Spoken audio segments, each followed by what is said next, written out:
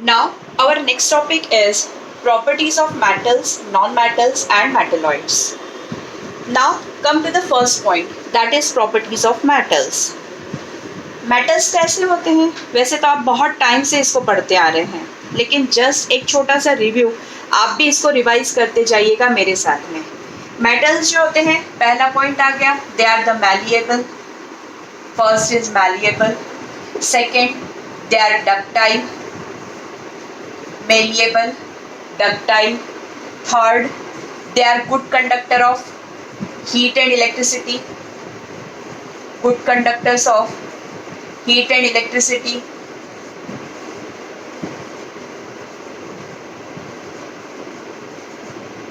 Then the fourth point is they are mostly solid. They are mostly solid in nature. Then the fifth point is they have generally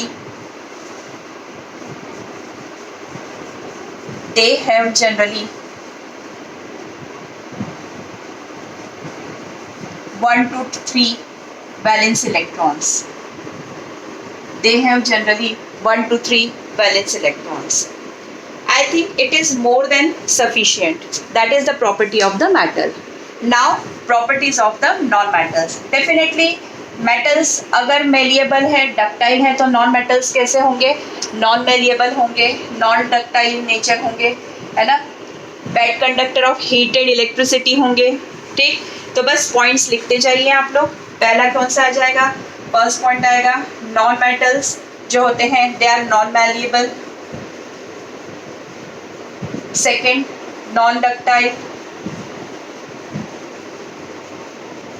Third, exist in solid, liquid and gas state. Solid, liquid and gas state. Point number 4 आ जाएगा non-conductors. Non-conductors. Fifth point आ जाएगा generally brittle.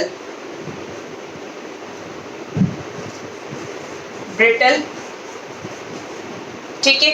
6 point आ जाएगा they have 4 to 8 valence electrons. They have 4 to 8 valence electrons. मतलब metals और non metals दोनों की properties क्या होंगी? Exactly opposite होंगी। Now the third point, that is the properties of metalloids. Properties of metalloids. अब metalloids क्या होते हैं बेटे? मेटेलॉइड्स जो होते हैं वो दोनों की प्रॉपर्टीज का मिक्सचर होता है ना? दे शो द, है ना, प्रॉपर्टीज ऑफ बोथ, दोनों की प्रॉपर्टीज को शो करता है। That is metals as well as non metals, ठीक है। तो फर्स्ट पॉइंट तो ये आ जाएगा, पॉइंट नंबर 1, विच शोज या resembles with both metals and non-metals.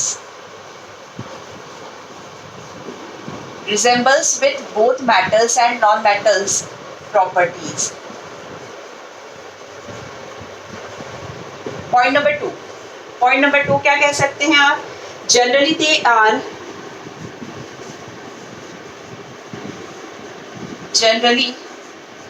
they are called semi-metals.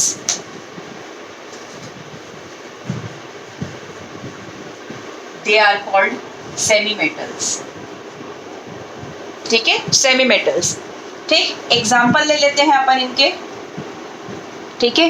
semi-metals इन्हें कहा जाता है, ठीक। उसके बाद में क्या करते हैं, है ना, ये दो मेन प्रॉपर्टीज हो गई इनकी। उसके बाद में अपन आते हैं एग्जाम्पल्स पर, और एग्जाम्पल्स में हम सारे एग्जाम्पल्स ले लेते हैं, मेटल का भी, नॉन मेटल का भी और मेटलॉइड्स का भी। तो मेटल्स में तो मैंने आपको भी थोड़ी देर पहले ही बताए थे कौन कौन से मेटल्स हो गए, सोडियम हो गया, पोटेशियम हो गया, ठीक है, एल्यूमिनियम हो गया, ठीक, ये सब जो है जिंक हो गया, ये सब कौन हो गए, मेटल्स हो गए, है ना। मेटल्स के एग्जांपल कौन कौन से हो गए, फर्स्ट एल्यूमिनियम, है ना, कॉपर, जिंक, सिल्वर, ये सब मेटल हो गए, है ना। उसके बाद में नॉन मेटल्स के कौन कौन से एग्जांपल हो गए, सारे नॉन मेटल्स कुछ भी आप ले लीजिए, जो भी नॉन मेटल्स है, फ्लोरीन हो गया, क्लोरीन हो गया, ब्रोमीन हो गया, ये सब नॉन मेटल्स हो गए। और मेटेलॉइड्स कौन कौन से हो गए, मेटेलॉइड्स में एग्जांपल्स आते हैं, that is boron, silicon, germanium. उसके बाद अपन आते हैं एंटीमनी, आर्सेनिक, पोलोनियम एक्सेट्रा। ये सारे जो है वो कौन हो गए, सारे के सारे these all are called as the examples of the metals, non metals and metalloids. ठीक है, तो this is all about this lecture. Now we come to the next lecture.